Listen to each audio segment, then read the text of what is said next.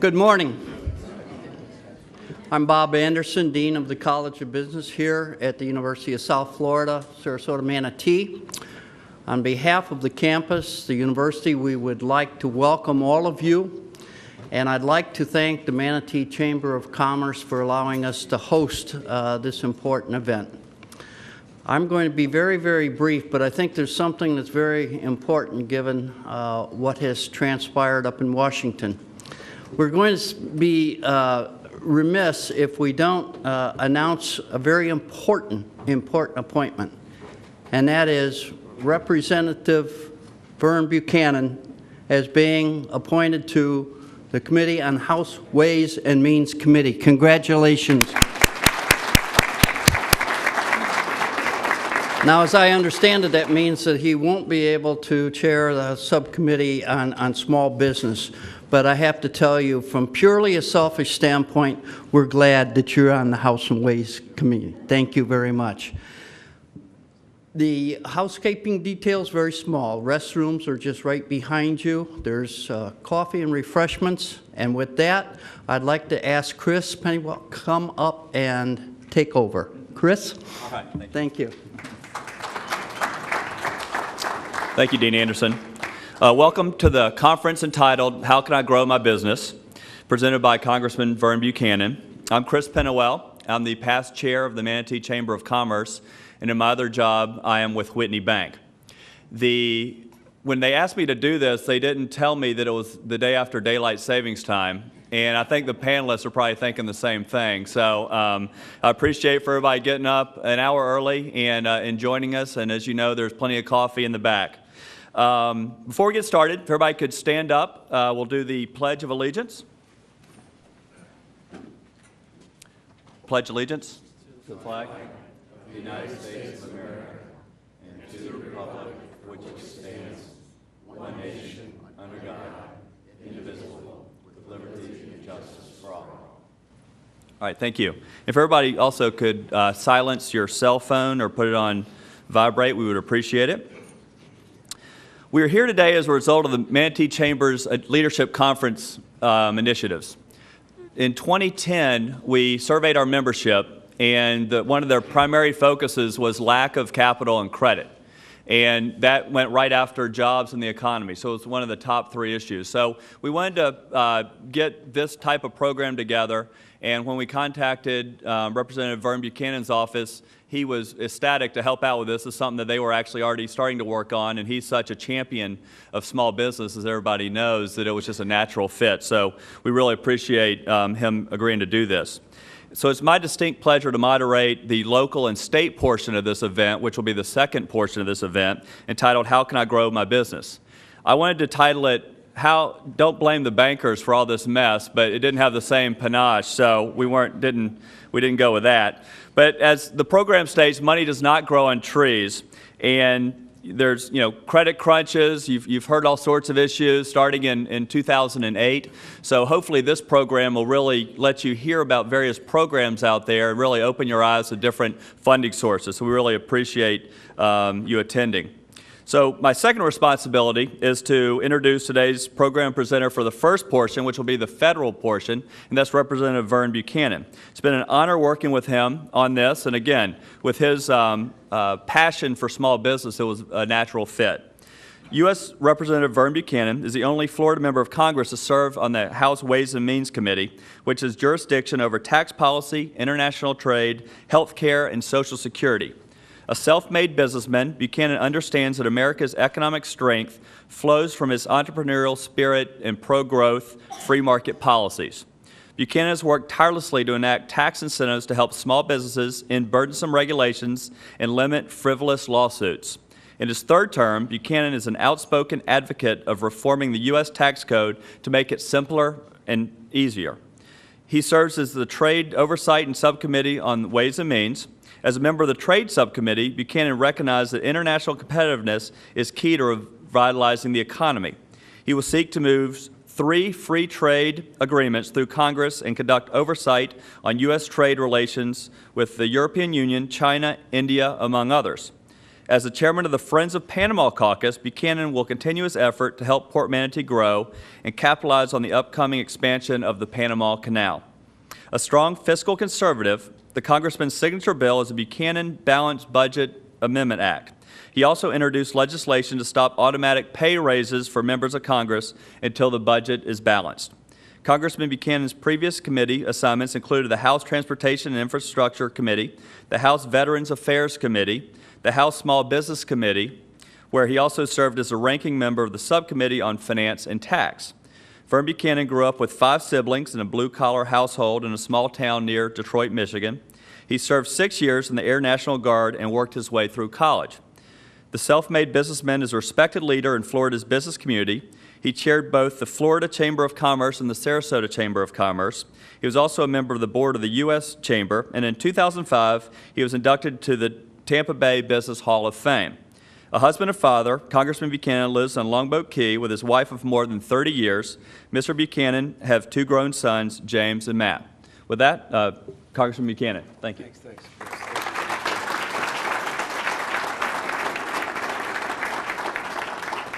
Chris, I'm a little bit like you, that extra hour in the morning. It's amazing how it affects you a little bit. But again, I want to thank Chris, and I want to thank the Chamber of Commerce in Manatee County. They're not only one of the top chambers in the country, but they've won the award for the, I think, in the state 3 or 4 times, and I think the national award. So I appreciate them helping, as well as USF. My son just got his MBA a couple of years ago from USF, and we're just excited to see the growth here with USF in our communities.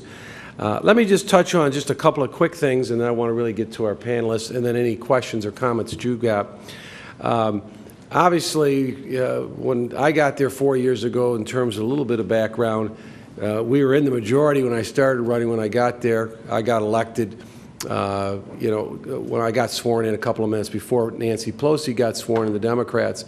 So I've worked in the minority for 4 years, so I got to tell you, I'm very excited about not only Ways and Means in terms of tax and trade, but also I'm very excited about the idea of being in the majority so that we can put forth a lot more of our agenda, which I think you'll see is much more pro-business.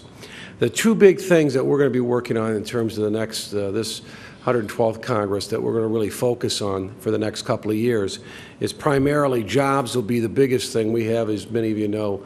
I think in Florida it's 12%. I think the rate nationally maybe came down to, maybe just under 9%, but it's still a big issue. We have 14 million Americans that are out of work. That's the biggest thrust. Now, my thought is that, we can't, you can try to do a stimulus. We did that. We're supposed to create jobs. It didn't create the jobs. But we can continue to create a more pro-business environment in terms of less frivolous lawsuits, less regulation. There's a lot of regulation that's on the books that we probably don't need. And just have more of a mindset to make sure that we can do everything we can to help small businesses. And I say that simply because if you go to Tallahassee, where all the businesses are registered up there, 99% of businesses are registered, whether they're subchapter S or LLCs or sole proprietorships or whatever. 99% are small, medium-sized businesses. They create 75% of the jobs in Florida, especially this region. I think about when I was chairman of the Sarasota Chamber, we had maybe 2,400 members back then, but the bottom line is most of them were 25 employees or less. So our focus is going to be trying to focus on jobs, number one, and then second thing, just to touch on for a few minutes, is spending. And I say spending because when you look at really what's going on in our country, we're running these massive deficits, $1.5 trillion. We just got the numbers the other day.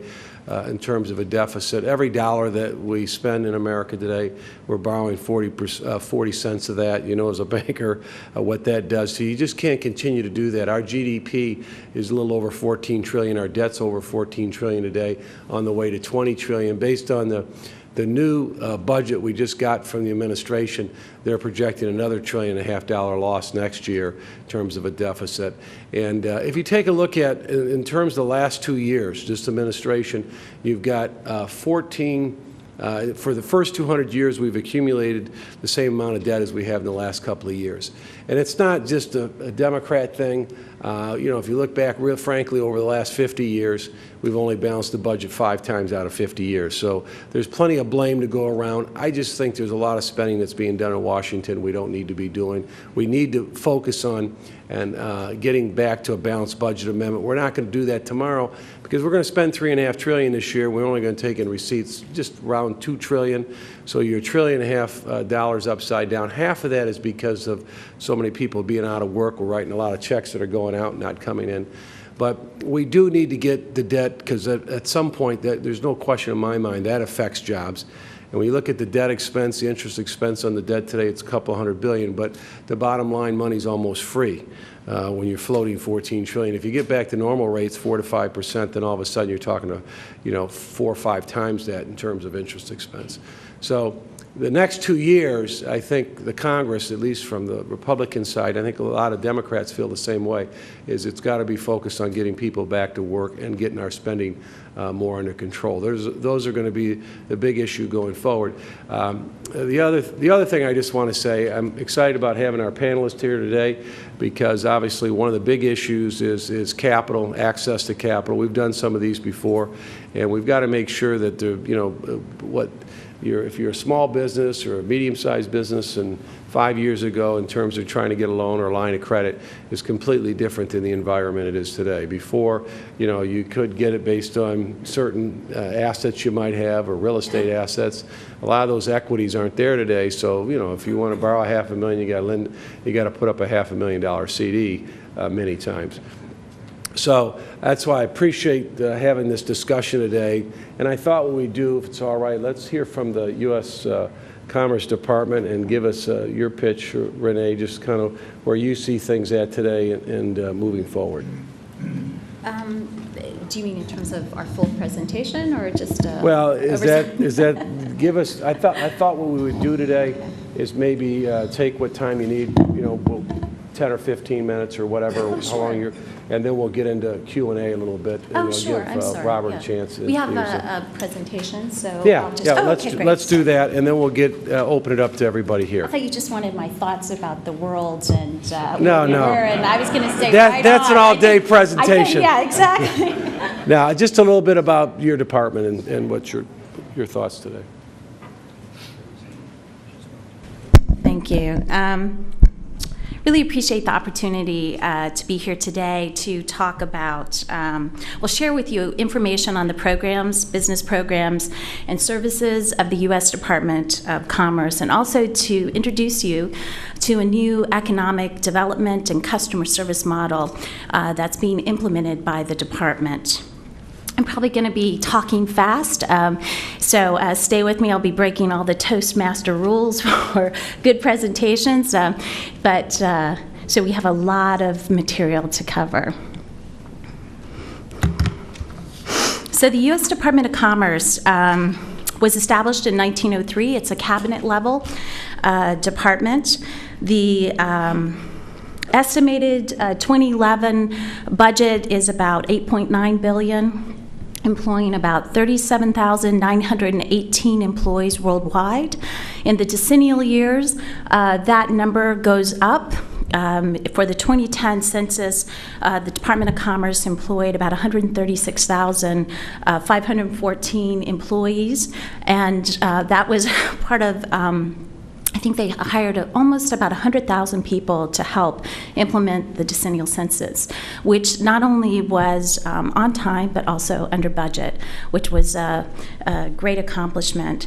The mission of the Department of Commerce really is fostering economic growth, innovation, competitiveness, and job creation. And that mission takes place over what I would consider like 6 very cross-cutting kind of areas of responsibility, which are trade, technology, entrepreneurship, economic development, environmental stewardship, and statistical research and analysis. So we really do kind of touch American lives and businesses on a daily basis. I've given you the website for the Department of Commerce as well as the main telephone line.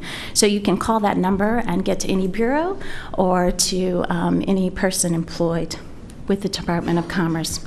The way that the Commerce Department is structured, 12 bureaus, and you might be familiar with some of these bureaus.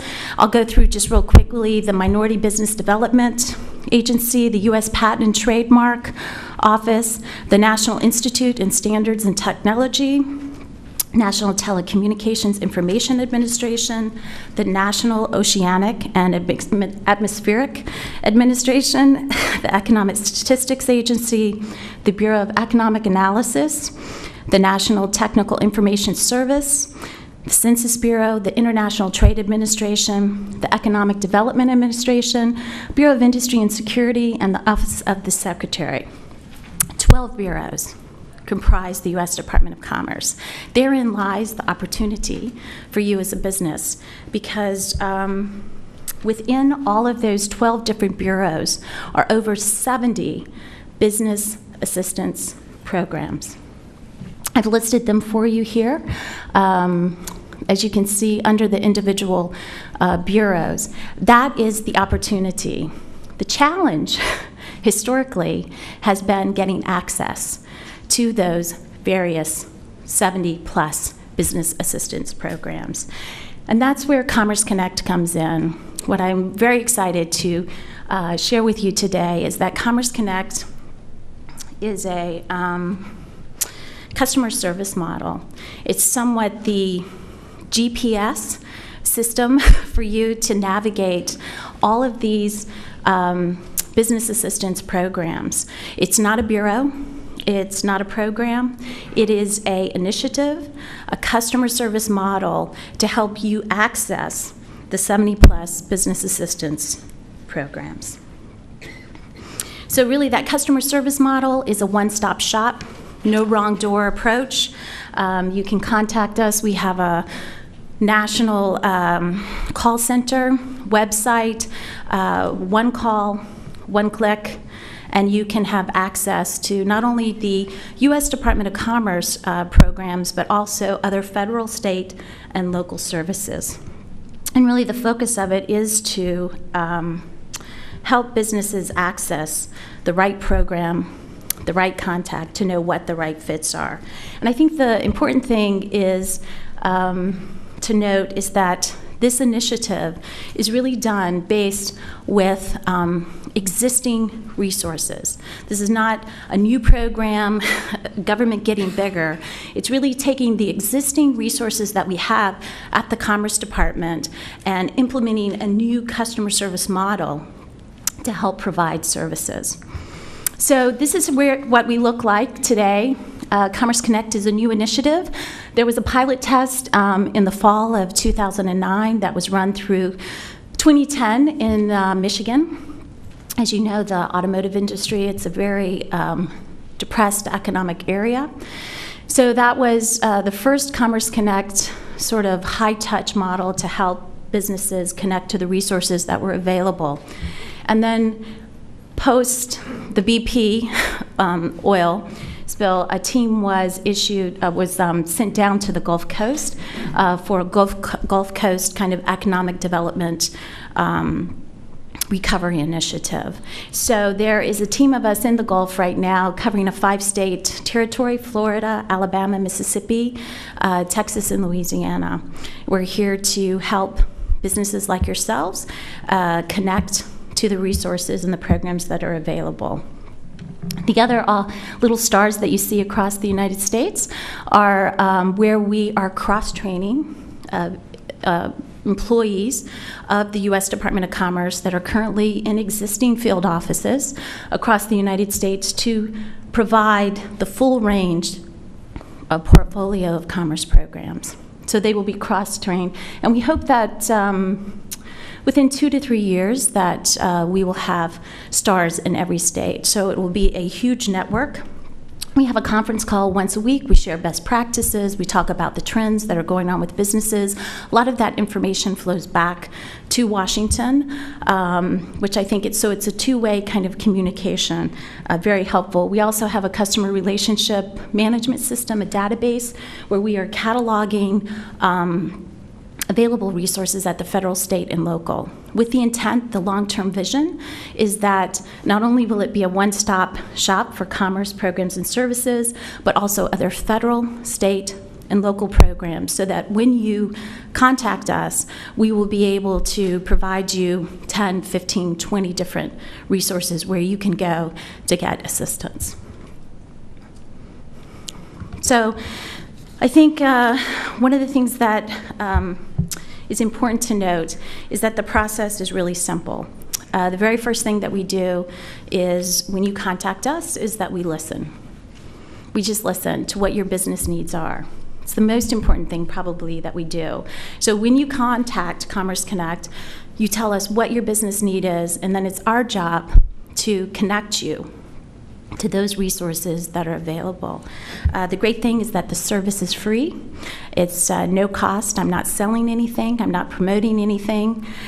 My job is, as a consultant, just to brainstorm with you, think about what your options are, and to provide you with information and refer you to different programs like the Small Business Administration or the International Trade Administration, those kind of programs that are available to help you.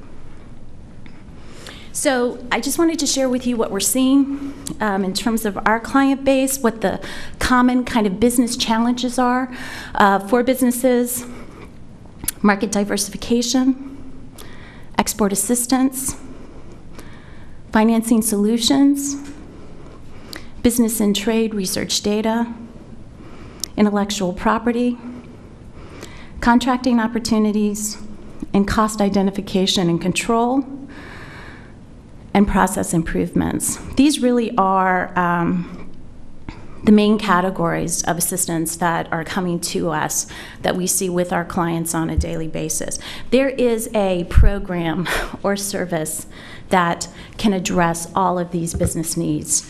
And the great thing is that it doesn't matter where you are in your business life cycle. Across this entire business life cycle, there is a program or service somewhere out there that can provide service. So I'd like to share with you just a couple, because we have limited time here. I'd like to go through with you just on a couple of the different programs. I know everybody, the most important thing everyone wants to know is, where's the money? Yeah, great. I know that I can call you and you can help me and I'll give you some advice, but did you bring your checkbook, and where's the money, and where can I get a grant or a loan or some funding, right? The most important thing. So I did do a little research on the Commerce Department to see what's available. We typically, the Commerce Department has grant programs and cooperative agreement programs. Typically, you won't find with the federal government, we were talking about this earlier, that the government, there are very few programs where the government actually provides funding directly from the government to small business. Usually, the funding goes through an intermediary source, where the funding is given to that source, and then it's dispersed out into the community for economic development. There's good to that, and there's bad to that. And the bad side of it is that it's a process. Any process like that has a schedule, a timing, and unfortunately, for the business community, your timing needs are real time. And those process grants and that funding sources, sometimes, unless you're right in line and you're, just right there at the same timing, there is a great delay in getting the resources to the areas of greatest need. So in the Department of Commerce, I ran just a quick report. There are actually 66 different kinds of project grants, 11 cooperative agreement programs, and 2 actually direct payment loan programs. And the top 5 of the bureaus that actually provide those are NOAA, EDA, Nist, MBDA, and NTIA. The only 2 direct payment programs are actually in NOAA, and they're for the fishing industry. There's a fisheries finance program which provides direct loans to commercial fishing and aquaculture, long-term fixed-rate loans. The other is the Fishermen's Contingency Fund, and that is assistance for those commercial fishermen who are impacted by damage or loss to their vessels or fishing gear due to oil and gas activities in the continental shelf. So the other are actually project grants that you can apply for. They have a schedule. There is a site, I've given you the website on the very last slide, where you can go and get access to all of those different grants and programs. Just a couple before I go, because I have like 2 minutes. I wanted to highlight a couple of the really great business assistance programs that we have.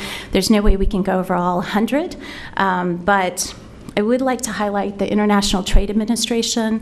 As you can tell, they have just an inordinate amount of programs, probably the most that they offer for the U.S. Department of Commerce. We're very lucky today to have, if you don't know, Sandra Campbell. Sandra, will you stand up for a second? Sandra is the director of, if you don't know her, make sure you get her card before you leave today. She's the director of the Tampa Bay area, USIAC, and Clearwater. Is that correct? And if you haven't done work with the U.S. Export Assistance Center, they are a wealth of knowledge. They are so connected.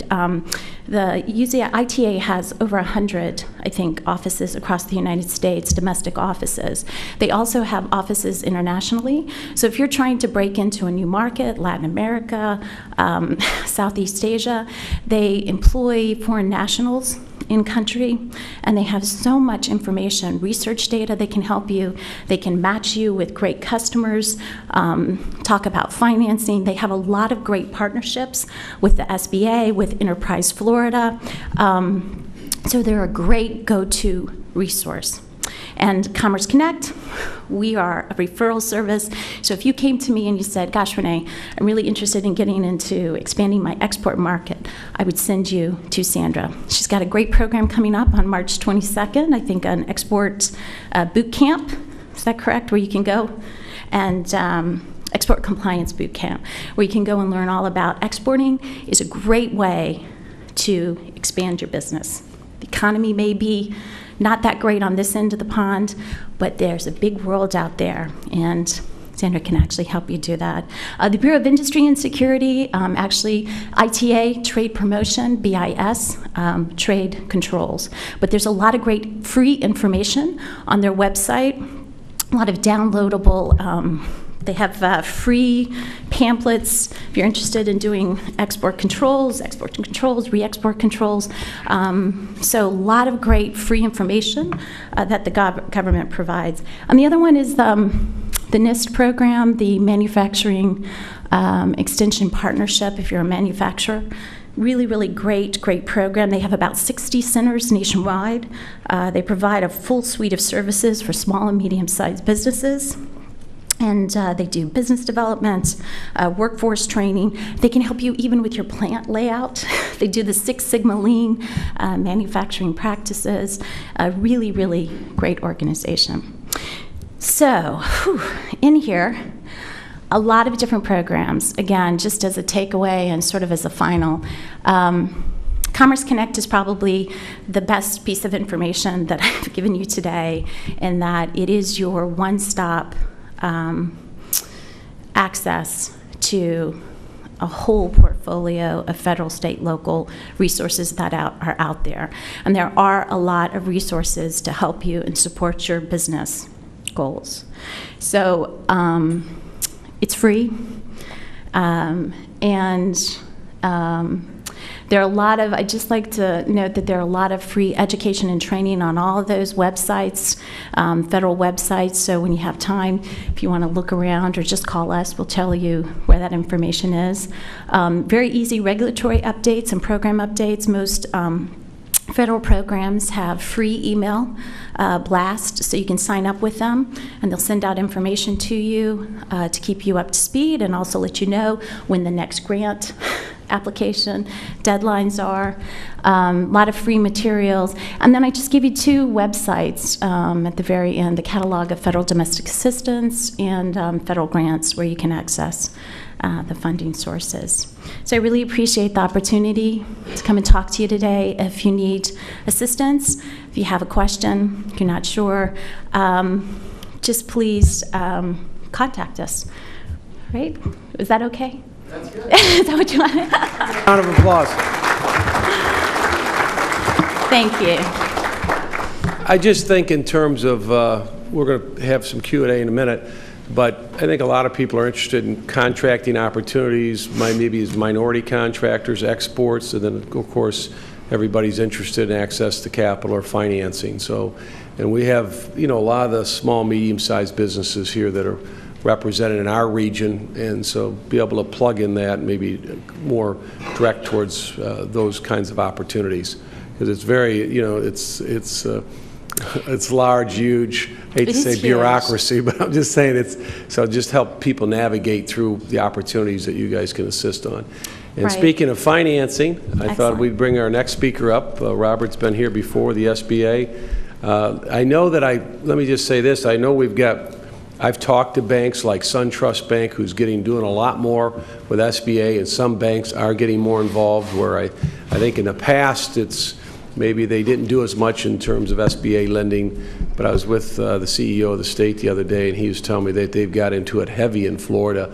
So maybe you can give us an update. And I think one of the big things today, one of the big challenges for small, medium-sized businesses is getting access to loans and opportunities, and maybe talk about what's available and the partnerships you've got with banks today. Thank you.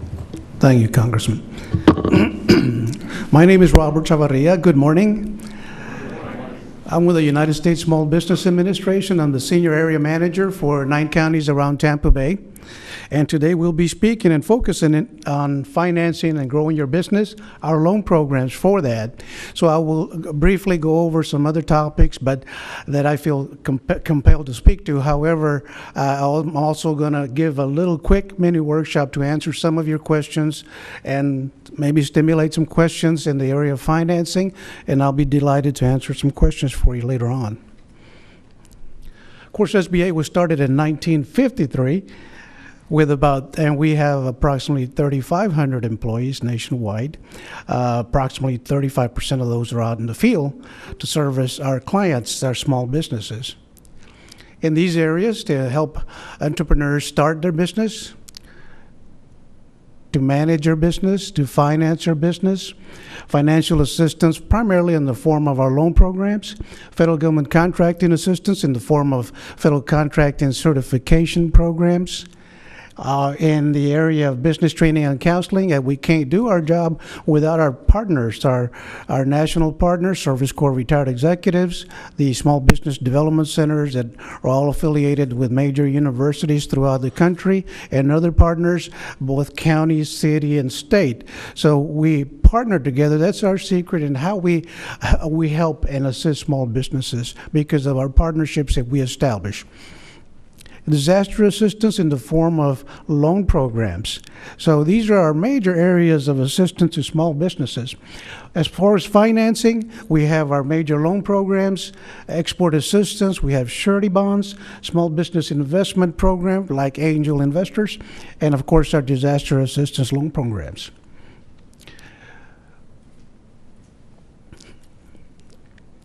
So these are the areas in which we have the new Jobs Act that was enacted last year. So I'll quickly go over that. More capital in the hands of small businesses in various ways. I have handouts out in the lobby. If you feel welcome to pick up a fact sheet on the Small Business Jobs Act. Small business contracting opportunities to improve contracting for veterans, for the service-disabled veterans, and I'm very delighted that we also have a loan program for veterans. As a volunteer Army person many years ago, a veteran. I am very happy that we can assist our veterans and do more outreach to veterans. I know the congressman emphasizes outreach to veterans and helping out our veterans here in Sarasota County. We promote small business exporting, training and counseling, more money for our partners like the small business development centers. We have 8 areas for tax relief for small businesses. We have Treasury Department small business assistance for those community banks that do lending to small businesses, where they can borrow money starting at about 5%, and depending on their volume of lending to small business, they can get loans from the Federal Reserve as low as 1%. So we're very excited about our lenders and our community banks doing some of our loans.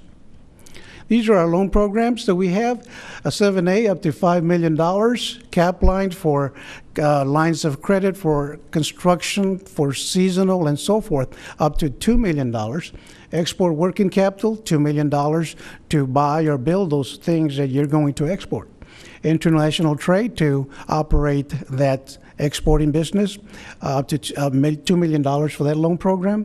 Export Express, a quick loan program. All our express loan programs are handled by our preferred lenders PLP program, we call it, and those folks can process and approve loans without the assistance or the involvement of SBA, so it's a very quick turnaround for that. SBA Express was increased from temporarily increased from 350 to $1 million because of the Jobs Act that I just spoke to. The Small Loan Advantage is a brand new loan program that I'll speak to. Community Advantage as well. And of course our Patriot Express loan program for veterans, their spouse and their widows, and National Guard and Reservists.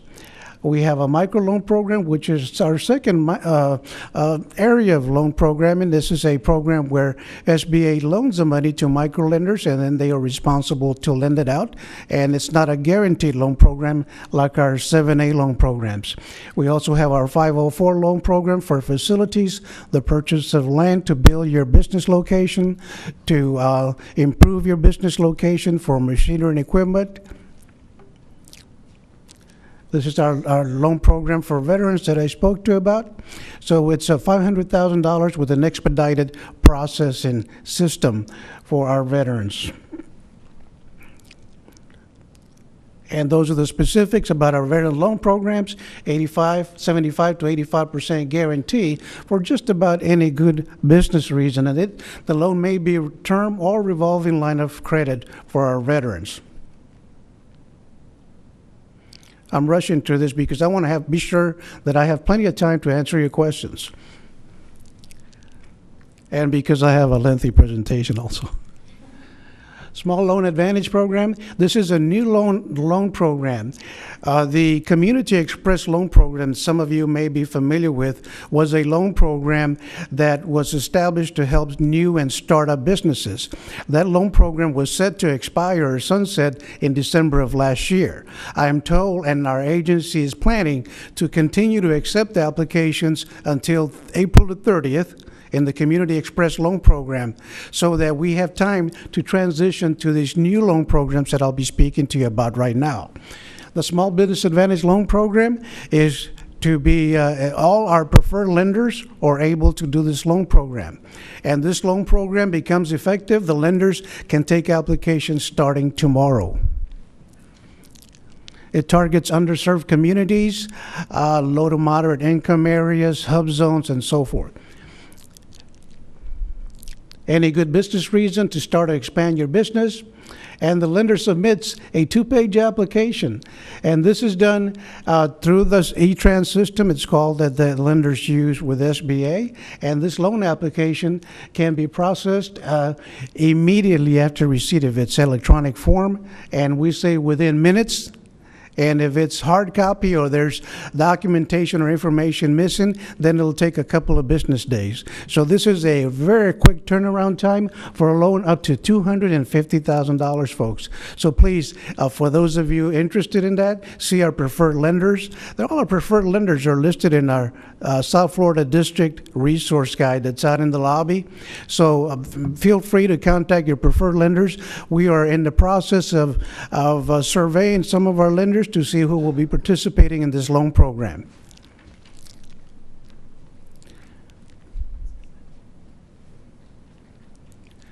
Another of our new loan programs that had nothing to do with both of these programs are not included, although funding may have been provided in the Small Business Jobs Act. The Pilot Community Advantage Loan Program is a loan program similar or very similar to the Small Business Advantage Loan Program.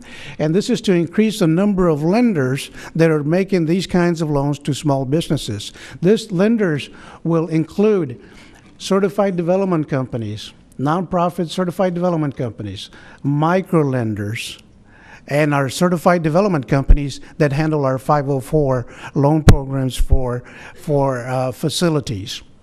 Loans up to $250,000 with a 75 to 85% guarantee to the lenders. And again, that two-page application for approval within 5 to 10 days. Now, that's the SBA part, okay? After we get the information from our lenders that are processing these loans, this is our SBA's time frame to process those loans. Areas of the topic here is how to prepare your business to grow, to expand, to start your business. So of course, to grow and expand your business, to start a business requires a lot of planning, and most of you all know. Now, the planning portion of it is critical because you plan to apply for a loan, you plan to apply for a surety bond, you plan to apply for a disaster loan.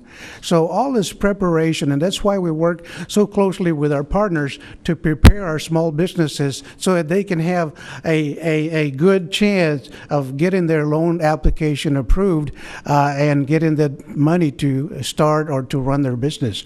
So these are the areas. Credit is checked for 20% or more owners of the company and their spouse.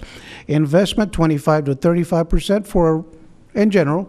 Collateral is not required by SBA. If you have it, they'll ask you for it, and also they'll ask for collateral of 20% or more owners of your business.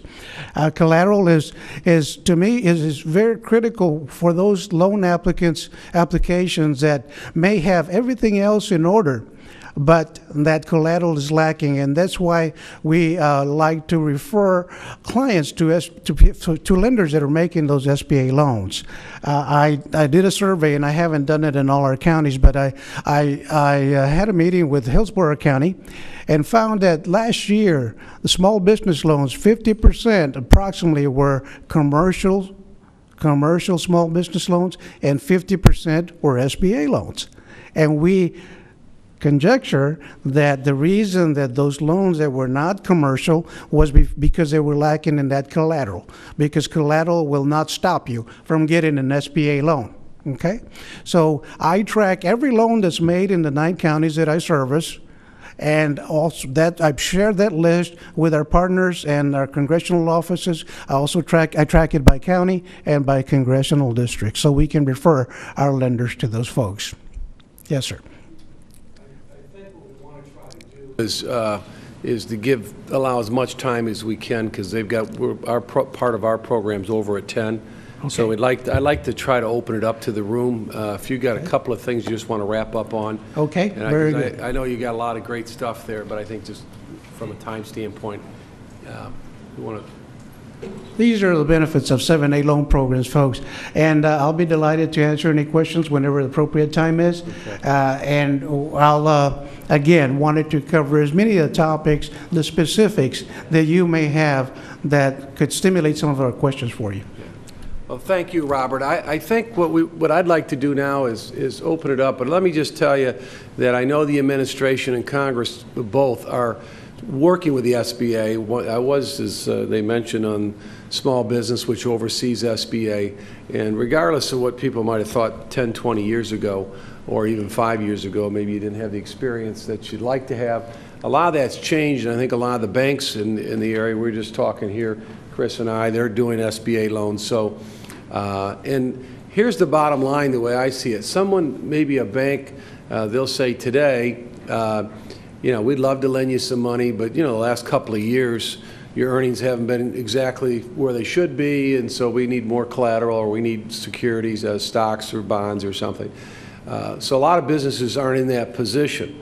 But what the SBA can do, and a lot of banks are working now more with the SBA, it's they like the person, but they can't quite get there in terms of their own underwriting criteria. Or a lot of banks in our region, like a lot of banks around the country, their capital is under so much pressure they can't do as much as maybe they'd like to do. But with the SBA's help, where they're guaranteeing, basically the federal government's guaranteeing it, sometimes 75, 85, 90, I've even heard in some of the loans as much as 100%. You know, the banks are more apt to do that, and I'm encouraging, you know, all my friends, a lot of them are bankers, and I know bankers, to really step up, because that can make a big difference. Because who has made any money in the last couple, 3 years? It's been a very tough environment. So the bottom line is SBA can play a role, and we're pushing, Congress and them, is to work with people if they've got a viable business plan, or they've had a viable business and they need access to a line of credit or something else. And that's why we're doing this seminar today with the Manatee Chamber, because we have a lot of good businesses that have had proven track records, but the last couple of years have been tough with the SBA's help. Now, they have their office in Tampa. So, but I just want to thank you, Robert, for coming today, and appreciate that. Let's give him a round of applause.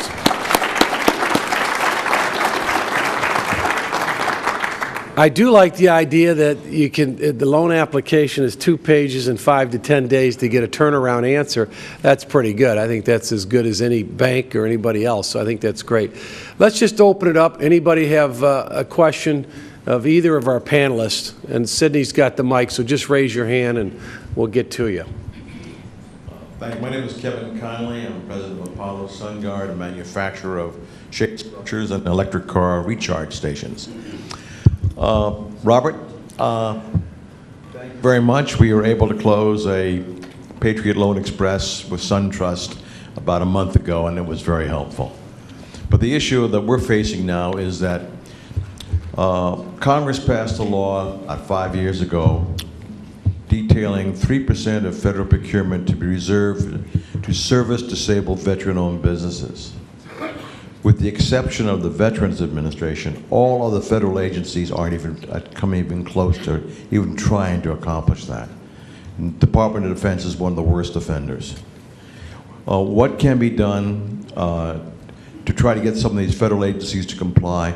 And do we actually need more congressional legislation to put some teeth in the law to start penalizing people that don't comply?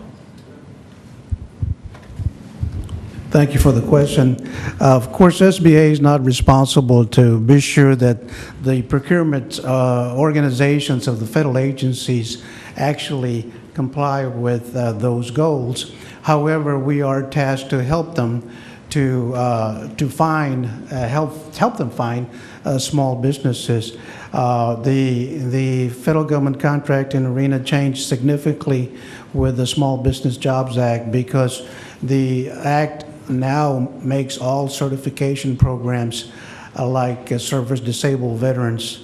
We have a new certification called the Women-Owned Small Business Certification Program, and also the 8A program and Hub Zone program now have an equal standing, such that procurement officials, contracting officials, depending on where they are with their goals, can elect to either compete or award a contract in any one of these areas. So before, the Hub Zone program had priority over the other programs, but now they're all on equal footing, and that gives the agencies the latitude to choose from within those areas, those groups, so that they can try and meet those goals. Okay, gentlemen, yeah. Greg Hoffman. I'm the chair of our local Minnesota chapter of SCORE. So you're my boss, I guess. One of the things that we have faced, we of course counsel new startups and existing businesses. For the most part, they're extremely small. I mean, we're talking 1 to 3 employees. As of the end of last year, when we had Community Express, we had basically one lender in the entire United States that was geared up to do Community Express programs, and they were in California, Borrego Springs Bank. What's being done to expand the number of lenders who can participate in these programs and do so where they can also be profitable, which has been the problem? They don't want to get in because the costs are so high. And what are we doing specifically to help those small 1 to 3 employee businesses that need lines of credit, maybe of $25,000, $30,000? Where can we go, and is that what these new programs are about? Good question.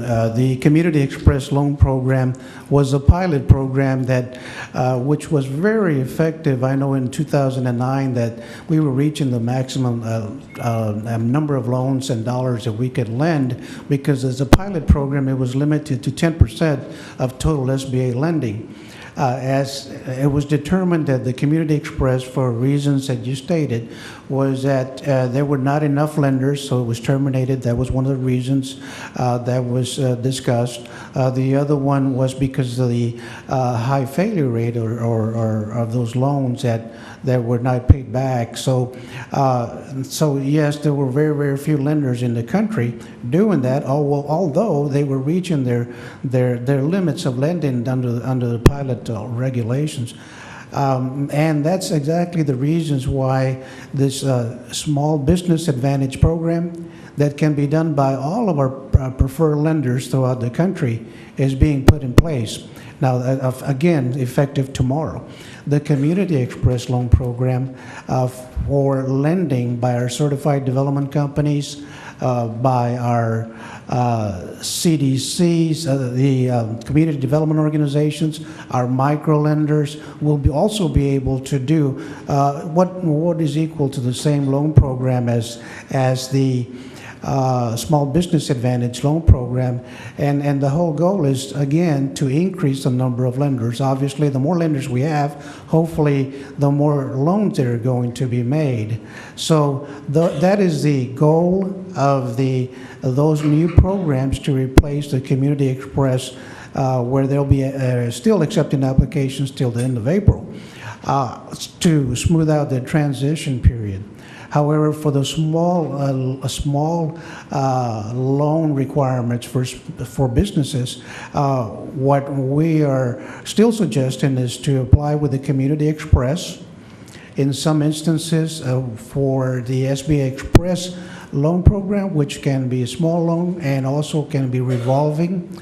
And again, we are really looking forward for our lenders, our preferred lenders throughout the country, and our other organizations that can do these new loan programs to participate, so we can help those small business clients that need those small dollar loans for their business.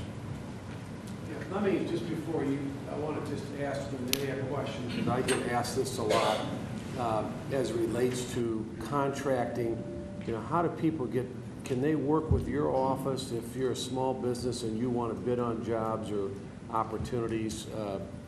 How does that work with your area? Because we have a lot of people that would like to maybe sell things. The government spends a lot of money, obviously your taxpayers' money, on things that they have to have done or bought or paid for, certain services or maybe goods that they have to buy. How does that work with contracting, maybe minority contracting, but contracting in general? Sure. Well, what we would do from a Commerce Connect standpoint is we would talk with the company, find out basically what their business needs, what specifically are. If it was a minority firm, we would probably refer them to the Minority Business Development Agency that actually does have a lot of business assistance programs. They will help you with the contracting. If they want to Sure. bid on federal projects or work, you know, like we have a veteran cemetery here, but those are being built all over the country. Sure. And we have people that are capable of maybe doing that kind of work. Maybe it's up in Georgia or it's in Mississippi. We can help them to get the information in terms of what the process is, assistance in terms of how the actual contract process works, how to move forward in the process, the application requirements. So it really is, we can help you. We can't write your proposal for you, but we can give you the information in terms of what the process is, what the scheduling, what the timelines are, and the information. And even beyond, sometimes when companies come in and they say, well, we're looking for X, what typically ends up happening is that we expand beyond even the information that they're requesting, and we're able to help them in a lot of different areas. Because I know that they like to help minority businesses or small businesses. Sure. They want a certain percentage of the work to go to Right. folks like that. And really, we're just we gather that information and we make sure that it's available. So you can help them. We can help them. The lady yeah. in the back. Sorry. Good morning. Question is going to be toward Renee. Renee, my name is Elizabeth Cuevas Nunder. I am the President CEO for the Puerto Rican Chamber of Commerce of Florida. And I noticed in your presentation that I did not see my island, which is a territory of the United States, in that particular endeavors that you have in the presentation.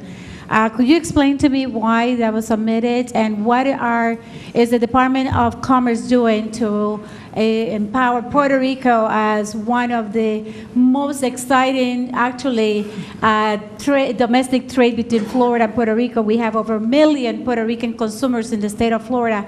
And if you look in the background of all the major companies in Puerto Rico, they do very, very well globally. So I really would like for you to answer that question, where Puerto Rico stands, because right now we have a summit between Florida and Puerto Rico, and we want you guys involved. Thank you. Oh, thank you. Thank you. That's a great question. I think the fact that it wasn't on the slide was just a mistake. Probably someone grabbed a graphic of the United States and started putting stars on it where we are currently. As I mentioned, Commerce Connect is a really new initiative. The pilot was in 2010. We just got started in the fall. Our very first sort of expansion training session was in December of 2010. So we will be coming to Puerto Rico, and that's right. I'll get your business card, and definitely our objective is to make sure that there is a broad network across the United States and Puerto Rico. So absolutely. It was just someone overlooked it on the slide, and I apologize for that, so definitely. I can tell you one thing, don't tell that lady you're going to Puerto Rico unless you go. Well, I think the schedule, it's a 2 to 3 year schedule. We've done 16, we're actually going to cross-train in 16 different places this year, and so next year it will be another 20 different places, so I'm not in control. I'd like to tell you that May 4th is our trip from Florida to Puerto Rico, so you're invited. Okay, I'll take that back to Washington. Thank you so much. Yeah. Thank you. Let me just also say that, just as an idea with, I looked at the stars around, you really need to have an office in Florida. Ideally, Manatee County, Sarasota County would be a good place. But my point is, we have almost 20 million people, and I know everybody Sure. sets something up in Atlanta, but we have, you guys could be very helpful to our enterprises all over Florida. We've got obviously a lot of small, medium-sized businesses that could probably use your help. And I would say that, one of the things about Commerce Connect is not to make the government bigger. Yeah. It's really to take the existing resources that we have. So really, it's the existing resources that are here, the SBA offices, the International Trade Administration, the USIAC office that's here. What we will probably end up doing, and what we've been doing, is cross-train those federal employees that are actually here in state so that they can provide the full portfolio, not just of the commerce programs, but the other programs. So we're really trying not to have mission creep or, keep growing and get fatter. I'm not big, I'm bigger, Yeah. but the point is that Right. I just want to make sure our people in our region, in this area, have access, small business people, to your organization. Right. So that's the big thing there. Yes. Okay, the gentleman right here. Ed Davis from Small Business Development Services. We design, develop, and deliver training programs for startup entrepreneurs and grade 1 or level 1 entrepreneur businesses. Congressman, you mentioned about the unemployment rate. We found that our new business academies are full of people who have been laid off and they need to start their own business. One of the reasons that they're starting their business is because there really is no other alternative for them. What programs, what financing, what other help is available for new business startups? Let me just add to your comment. I'm hearing that more and more, people that are, because they've been laid off, or I heard a couple the other day, they're starting their own business. Actually, they're doing very well, but it was kind of, they were forced into a situation because they couldn't find the right opportunity. And we're going to find that we're going to get some of our most exceptional entrepreneurs are going to come out of this time period right now, because a lot of people are being put in a position where they've worked for corporate America or a company a lot, 15 years of their life. Now all of a sudden they're looking at the options. They don't have many, so they decide to fill a niche. And I think you're going to see a lot of successful businesses as a result of the cycle we're in. But we have some amazing ideas that folks bring to our academies. And again, we'd like to see them get started. We do everything we can to train them. They know how to do what they do, but they may not know how to run a business. But of course, the number one is financing. Some of them can bootstrap, but some of them need bigger investments in order to get their companies going. okay, I don't know if would you have a question to one of the panelists? Well, the question was the question was what programs are available for new business startups. Okay, well, maybe, Robert, if you could talk about that, because I did meet, again, the other day, a guy got laid off. He's always wanted to start an alarm business, and, in this region, needs 15, 20,000, can't get it. So why don't we talk about the startup? Someone's got a great idea, not a lot of collateral, but maybe a great business plan and energetic, what can be done? Very good. Well, of course, SBA can help our small business entrepreneurs to start their business. And primarily, and of course, you go to our website and we have training, free online training in many areas like franchising, how to write your business plan, your marketing plan, your financial statements, and all of those things. We have training through the South Florida District location as well on the internet. We have archive training there. I conduct approximately 75 to 80 training events throughout the year myself. So we try and spread the word about how you can start a business. I'm fortunate that I started my career with SBA managing a one-stop capital shop in partnership with the city of St. Petersburg, where I actually help the businesses get started, write their business plans, get counseling, and so forth. So I'm a little bit more familiar in that area, and I like to get involved in that area.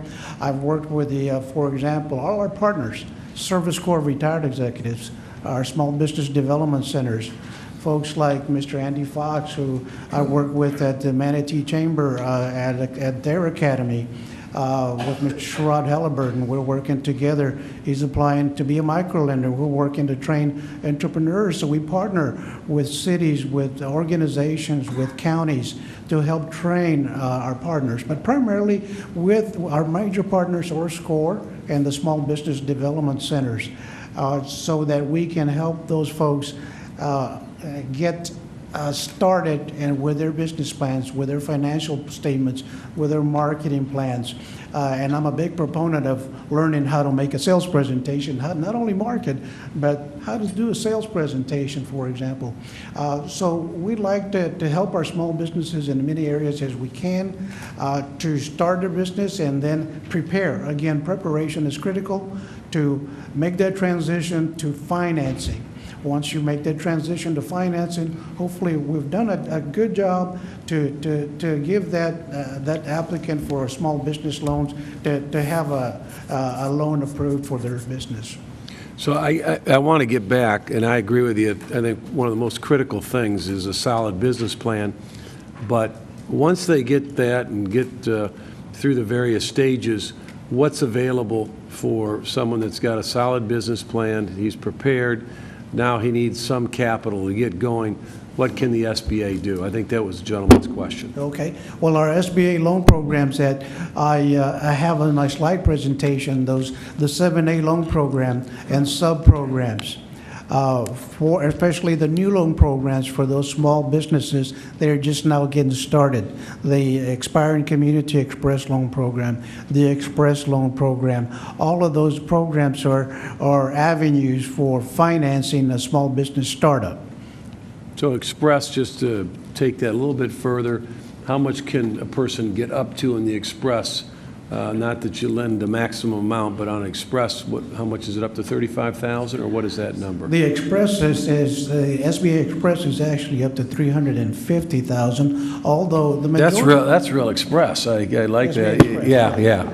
And temporarily, until September of this year, that limit has been expanded to $1 million for the Express. Now, I like the Express. Most of our lenders do maybe up to $50,000 for Okay. small business startups, for the startups. Although I do see on my list of activity for loans, much larger loans under the Express loan program, and our preferred lenders like that program. Okay. Anybody else? Yes, ma'am. My question's for Robert. My company is Information Visualization and Innovative Research. We do a lot of medical modeling, simulation, education, and training type things. And we've been very successful. I am half owner of the company, and I'm a veteran, but the other owner is not a veteran. So to qualify for veteran loans, does it have to be the 51%? Yes, it does. So you have to be 51% or more owner involved in the day-to-day operations of the business. Be a veteran, that's 51% or more owner of the company, and that way you can apply under that program, or a wife of a veteran, or a spouse, or a widow of a veteran. So I either need to get my husband involved, which makes my company not woman, 100% woman, or take over another 1% of the company, which is going to be a big no-go. Okay. Yeah. that 1% sometimes can be pretty tough to get. That's the difference. Yes, ma'am. Would you? Okay, we'll hear, then go over. Yeah, Congressman, I want to thank you for bringing this program to Sarasota Manatee. My name is John Colon. I'm chairman of the Sarasota Housing Authority and a member of the state's Florida Black Business Investment Board. One of the things we have problems with is minority access to the bidding process because of surety bonding. I see you have a program for bonding. Will this give access to minorities so that they can bid for projects such as the Housing Authority?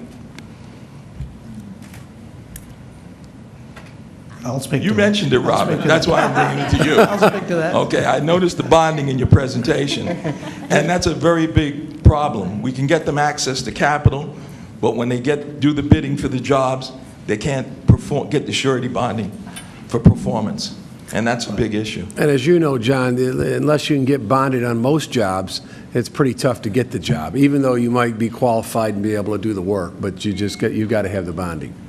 So that's a big obstacle, and I just want to know how we can help overcome it. That's a good question. Now, bonding, just like our lending programs, although we do outreach and we do have programs for groups, lower income and women and veterans, although all of these groups have to qualify under underwriting requirements for a loan. So there's no preference given to minorities, women, veterans, etc. Okay, we all have to qualify under its own merit of that application. However, surety bonding, again, is one of those areas where preparation is critical.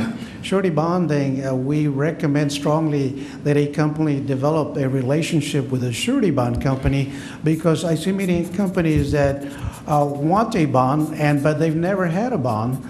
and the requirements for a bond are such that it's not only the same as for a small business loan or a loan, but also for experience in contracting and performing on previous jobs and so forth.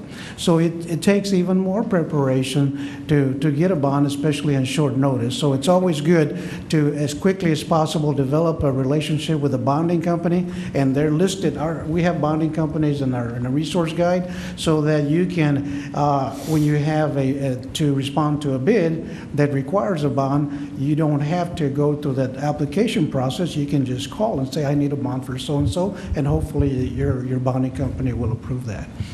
Let me just add, I've seen this happen with minorities and with veterans programs, where basically they'll merge or work out a partnership towards projects or future projects together.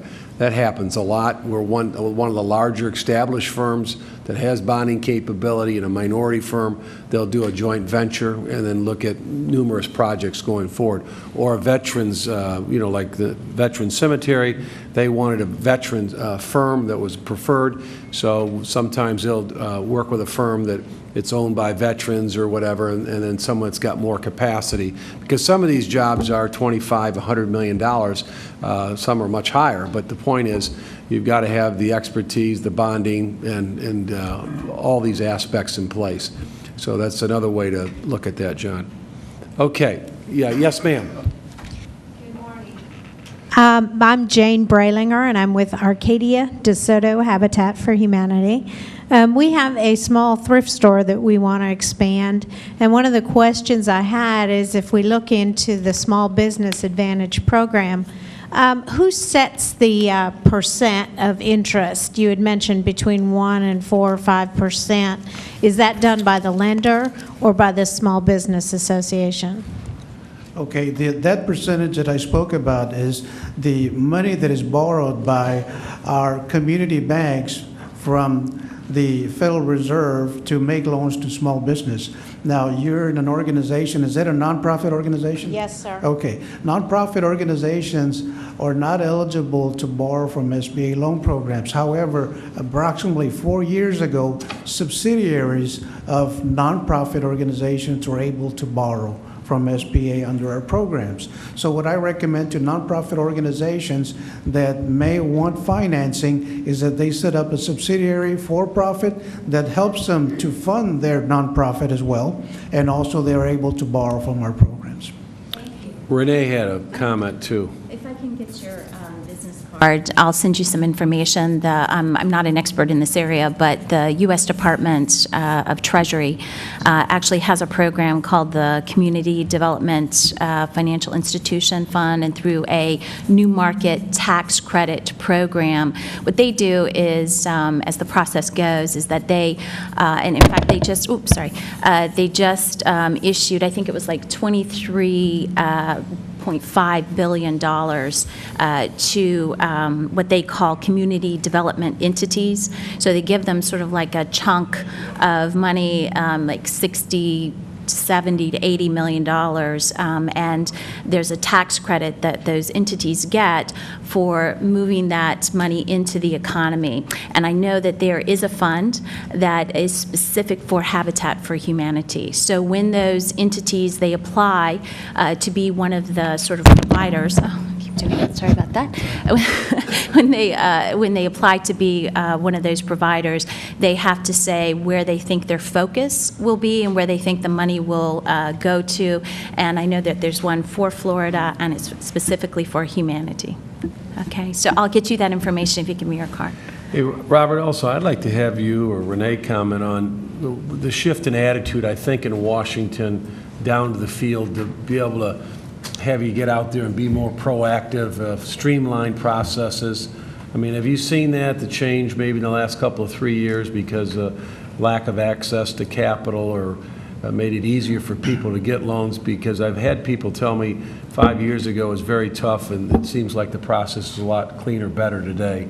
Is that your sense of it, or what do you?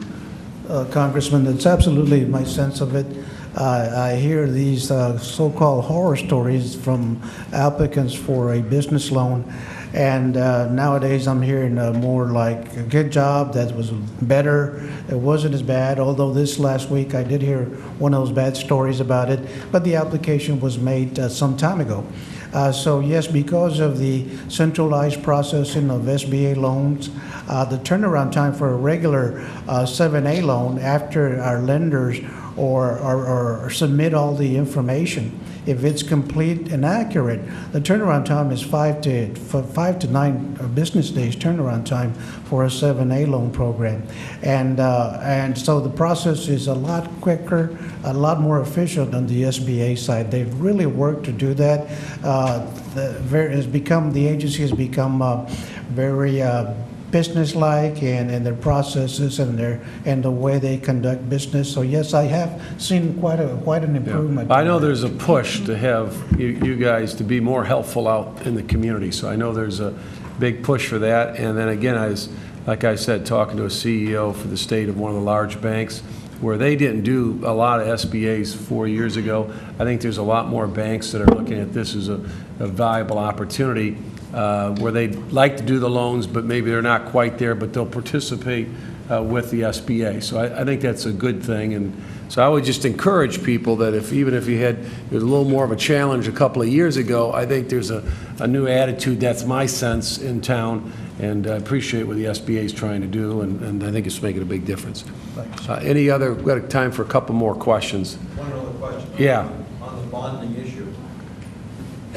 I'll pick up where you... What you said before about the bonding. All federal construction projects require a bond. We just finished the shade structures at Ed Smith Stadium. We had to have a bond. 80% of our SBA loan went in cash to secure the bond from the bonding company. If you could find some way of streamlining the bonding process and getting the SBA more involved in that, would be very helpful. Very good. Well, I'll make the inputs at my area, my level of the structure to our management, and I'd like to address that bonding program. Is that during the Recovery Act, it was increased. The SBA bonds were limited in the amount the dollar amount, and it was increased to $5 million. Of course, in some contracts, that's not quite enough, but it's currently went down at the end of last year. The maximum went back down to $2 million. So, I'm personally hoping that's increased again for our clients. Yeah. Anyway, I'd like to just, in concluding, I want to thank our panelists. Let's give them a big round of applause.